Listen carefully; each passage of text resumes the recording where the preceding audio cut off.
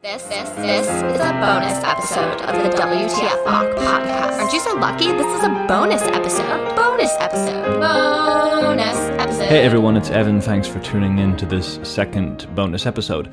Now, these bonus episodes are meant to dig quite deep for those of you who really want to get sucked in. You could sort of think of it like the director's commentary in a movie. If you really like the movie, you can watch what went on behind the scenes. But if you don't really want to get that far in, it's not like you're going to miss any part of the movie. You're not going to miss any of the plot. This is a bonus episode about revision. Because if you're like me, you get this piece of sheet music thrown at you and it's just perfect. It's like a miracle. You wonder, how did this come to be? Did he have early versions? Did he have sketches? Did he redo it a bunch of times, or was it just perfect? We are lucky enough to have several early versions of Bach's compositions, especially, say, the early versions of Book 1 of the Well-Tempered Clavier, where he's often adding cadential bars, or in a few cases even doubling the length of a prelude, or completely adding new sections. Well, in the 1740s, the answer to that question is pretty much it was just perfect. Bach's art was so mature and so developed that often the compositions did not undergo any revision. But there are a few revisions in the Art of Fugue, and to me they are so interesting, I thought they warrant their own episode. Now, what we're dealing with in the Art of Fugue is an autograph and an original print. Autograph is an umbrella term referring to the handwriting of the composer, Bach's own ink upon paper, in either sketches, little ideas, drafts, little phrases, or nearly complete pieces, or a fair copy, a copy good enough to be performed from, or a copy good enough to be sent to a publisher. Now, in Bach's day, many of his important works are copied out into fair copies. He had so few of his compositions published, printed, that is because in order to publish them in his day, he needed to have them engraved on copper plates. Someone needed to take Bach's autograph, his fair copy, and carve out this music in a reverse image onto copper plates so that then they could be put with ink and disseminated into the world. And the study of this stuff is called the source tradition. And the source tradition of the Art of Fugue is really these two sources, the autograph and the original print. I will call them in this episode the autograph and the revision, since we're focusing on revision, and since it could become confusing to keep saying the original print when this original print was the one that came after the autograph. But again, that means the original print, the original engraving upon copper. Now, so far in this podcast, I've covered the first 4 fugues, so now I will cover the early versions of these fugues. However, there is no early version of Fugue 4. It was composed after the entire autograph was assembled, and so these revisions will be limited to the first 3 fugues. Now, we can pretty much regard the autograph of the Art of Fugue as a fair copy. Its pieces are complete, cleanly written out, no drafts, sketches, etc. But once we get to the original print, there are several noticeable differences, and that is what I want to spend this episode talking about, because we can see Bach's mind at work. We can see him locating certain passages between the autograph and the printing and saying, this could be better. I will include this or exclude that. And I'm going to include a link in the description of this episode to the original print, because the original print, this engraving upon copper, is one of the most beautiful pieces of sheet music you could ever lay your eyes on. On the bottom of many of its pages are these ornately drawn flowers and symbols, jewels, and it's well worth looking at. Okay, so let's jump in. I'll be playing from the autograph, and from there we are going into what happened in revision. So let's begin with the first fugue.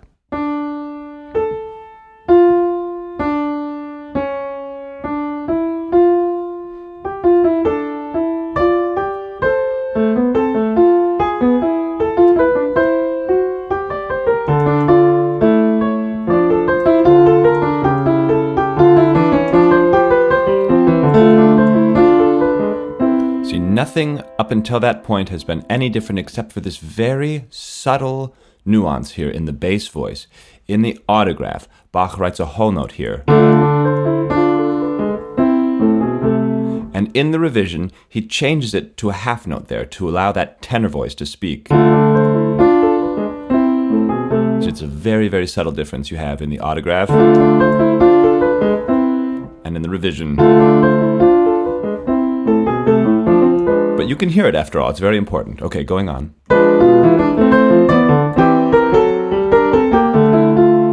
Now, there were 2 revisions there. In the autograph, we have... And in the revision, he changes that to some more florid writing in the outer voices. So that is, he goes from this to this.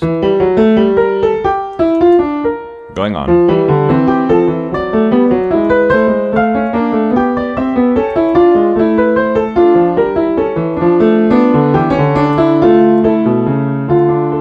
again, more florid writing there. In the autograph, we have...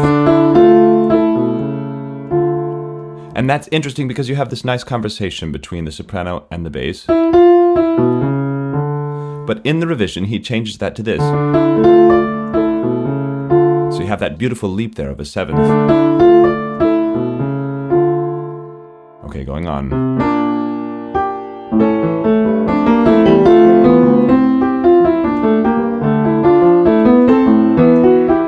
That's different. You see, in the revision, he places that bass note an octave lower. So instead of, we have this. Going on.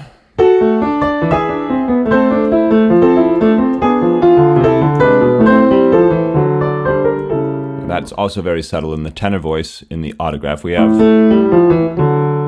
But in the revision, he changes it to.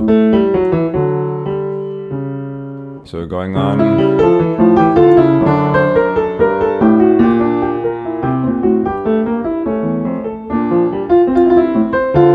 Nothing in this episode is different.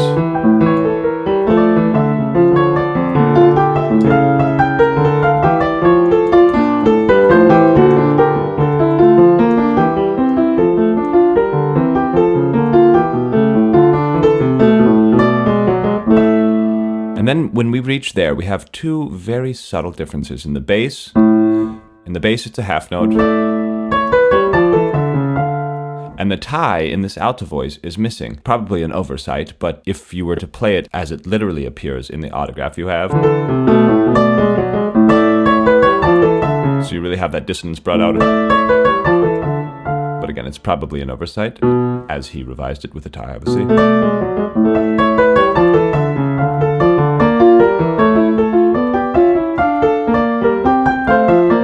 Now that's an interesting revision there, because that in the autograph is, and when he revises it, he changes all the B flats to B naturals. So we go from this sort of sound to this sound. And isn't that interesting?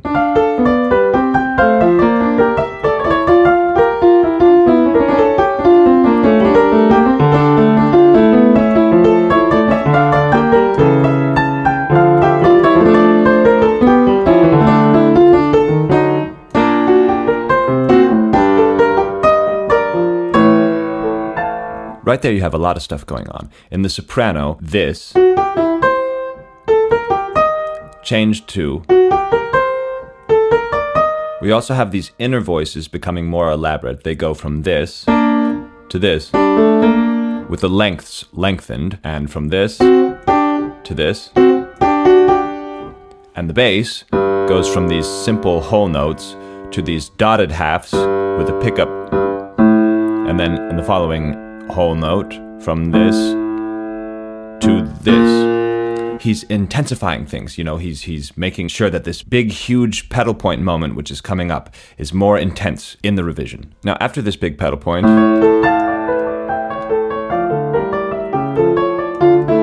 there are a few revisions which I won't bother mentioning, so let's just go on to the end. I won't bother mentioning them because they're very subtle. But the ending has the most important revision of all. This all sounds very normal.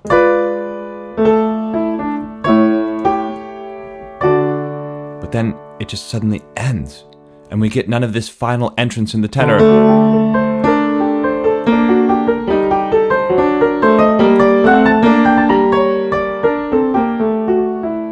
We get none of that. Just after the chords, we have.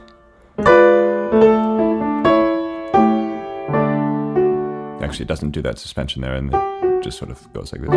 But that's right. That's because in revision, he either thought, well, it needs to be lengthened, or the number 11 had some significance to him, and he realized that there were 10 entrances, and he thought there needs to be a final entrance. Now, I think that for Bach, Obviously, the making of beautiful music will always be the supreme goal, and not to make some reference to a number. But I don't think it's past him that he could have felt the need for both. As we often see in the early stages of the first book of the Well-Tempered Clavier, we see Bach adding on to the endings of these preludes and these fugues. And just here, I feel like he also could feel that there needed to be a final word said about this fugue. And so he adds this cadence. And perhaps he thought there could be a reference to the number 11, and hence I will put in the 11th entrance in the tenor voice there. Do I think that Bach was aware that there were 11 entrances? Yes, absolutely. Do I think that Bach went through and counted every single note in this fugue, as some people have suggested? No, I can never imagine Bach sitting down and actually taking the time to count every single note in his compositions. But there are people who will violently disagree with me. There are people who have taken the time themselves to count every single note in every single piece of Bach's music, and they divide that by, 1411 because these are his numbers, and do all kinds of crazy things with it. No, I don't think it goes that far. I think it goes about as far as calculating golden sections and counting the numbers of entrances in the fugues, etc.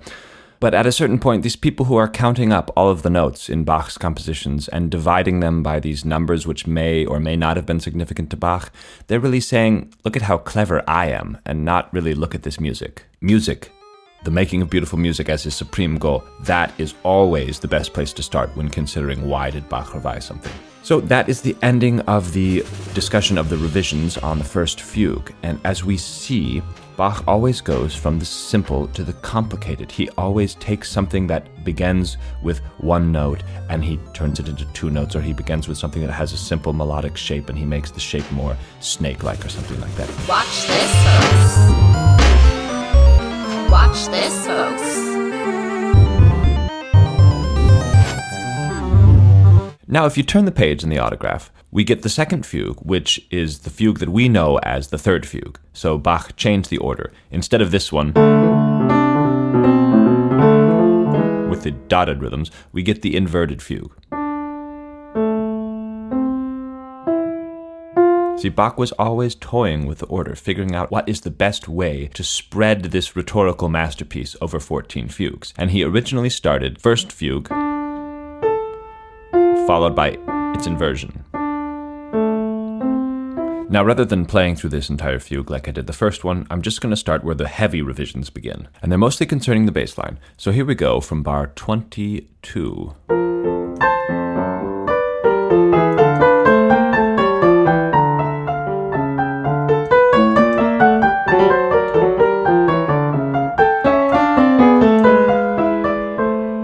Okay, that is the autograph version. Now I'll play the revised version, but I miscounted. It's actually bar 23.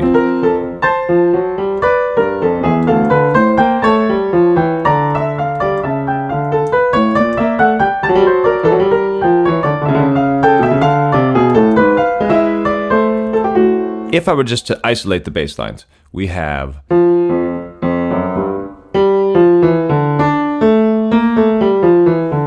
That is the autograph. Now, in the revision, he flips the octaves on some of them. So we have...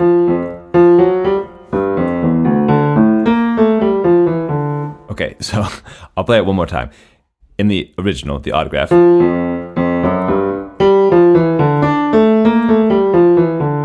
And in the revision...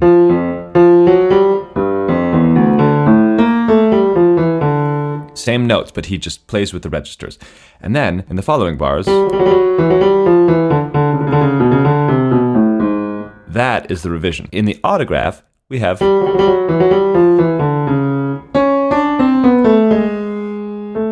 See, instead of doubling that phrase, he has, early on...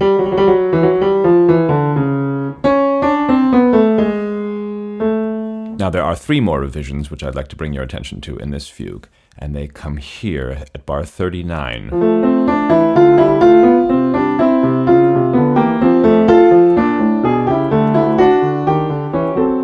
Now, I just played the autograph, but you'll hear that the rhythm becomes intensified in the revision. Here's the same place.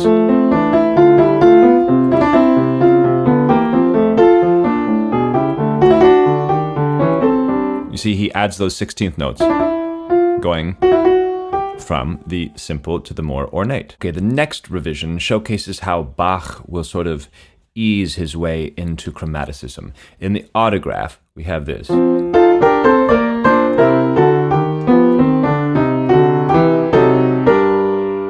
Okay, that is again.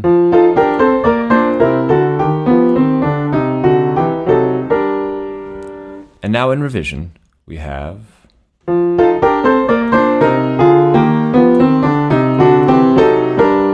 So that change there has primarily to do with the alto voice, which was originally. But Bach revises it to this. You can see how it becomes more chromatic. And the final revision has to do, again, with the ending. But Bach will not add another entrance as he did in the first counterpoint. He will simply add a few more bars. This is the autograph.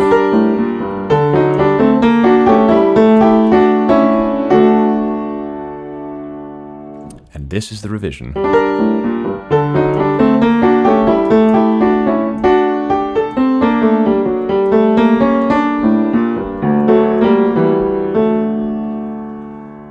I think that there is maybe just the slightest hint of the reminder of the uninverted theme there between the tenor voice and the alto voice. I'll exaggerate it now.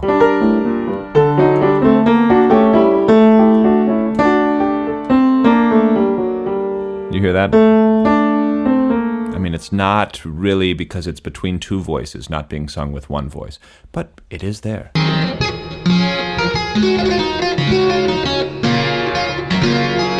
Wow. That's fabulous. All right, we turn the page of the autograph once more, and we get the next one, which is the one that we know as number 2, but it is in the 3rd position in the autograph. That's the one with all the dotted rhythm. This one is virtually the same, except there's this one wild passage. I'll begin from bar 35.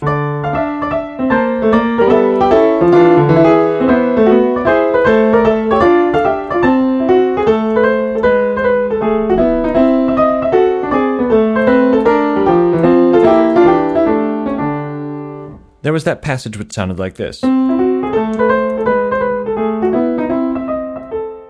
And that's the original version, but suddenly in the revised version, there's a bass line that's there. So it's as if in this original version, he just has this 2-voice texture. And he thinks, that's a little sparse. So in the revision.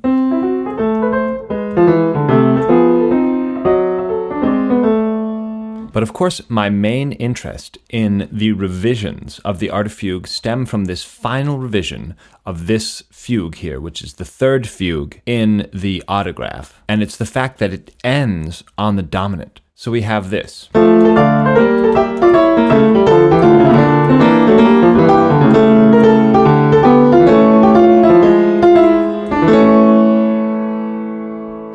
And that's it. I mean, it ends on the dominant. It doesn't end in D minor, and that's the key that we started in. And that's the key that all the fugues finish in. It's very strange, so we get none of this cadential counterpoint.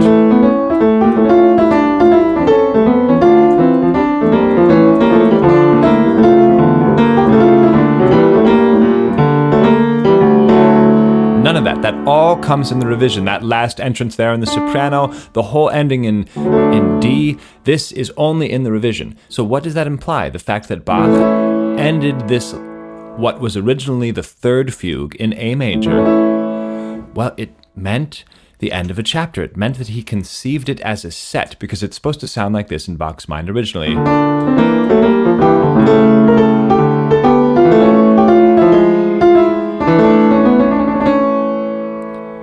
And then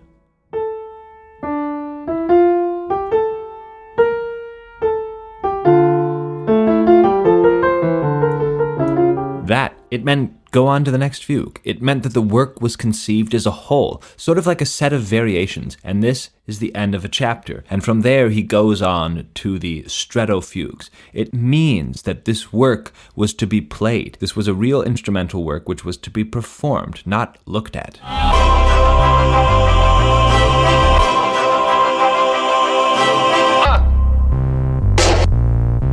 Because if you're flipping the page again in the autograph after this third fugue, the fugue that we see next is what we call the fifth fugue today, because there was no fourth fugue. There was no fugue that we today refer to as the fourth fugue. Bach, again, possibly with the numbers, decides when preparing the autograph for the print, for the engraving, instead of an initial group of 3 fugues, the Art of Fugue will open with these 4 simple fugues, and hence the switching of the order of fugues 2 and 3.